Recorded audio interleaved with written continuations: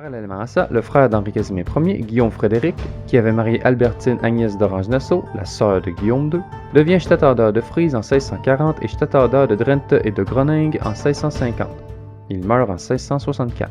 C'est son fils Henri Casimir II, également cousin de Guillaume III, qui devient stadtholder de Frise, Drenthe et Groningue de 1664 à 1696, année de sa mort. Son fils Jean-Guillaume Friseau d'Orange lui succède jusqu'à sa propre mort en 1711.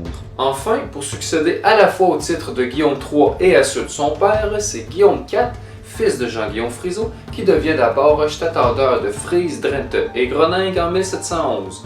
Il devient ensuite pendant 6 mois stadtholder des fiefs de Guillaume III avant de créer le titre de stadtholder général des Provinces-Unies. C'est effectivement beaucoup plus simple.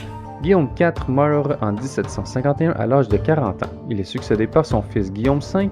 Ce dernier est le dernier stadtholder des Provinces-Unies, la République étant dissoute en 1795 après une révolution de 15 ans qu'on appelle la Révolution batave, qui instaure la République batave. Guillaume V meurt le 9 avril 1806 et 2 mois plus tard, le 5 juin, est proclamé le royaume de Hollande par Napoléon, qui place son frère Louis Bonaparte sur le trône de celui-ci. En 1810, Louis-Napoléon Ier est contraint d'abdiquer à cause de querelles avec son frère, l'empereur français Napoléon. Louis-Napoléon abdiqua en secret au profit de son jeune fils Louis-Napoléon II. Cependant, Napoléon ne tint pas compte de la nomination de son neveu à la tête de la Hollande et le territoire fut annexé à l'Empire à peine 2 semaines après la montée au trône de Louis-Napoléon II. Après les guerres napoléoniennes et l'exil de Napoléon, le royaume des Pays-Bas fut créé et ce fut Guillaume, fils de Guillaume V des Provinces-Unies, qui fut couronné premier roi des Pays-Bas.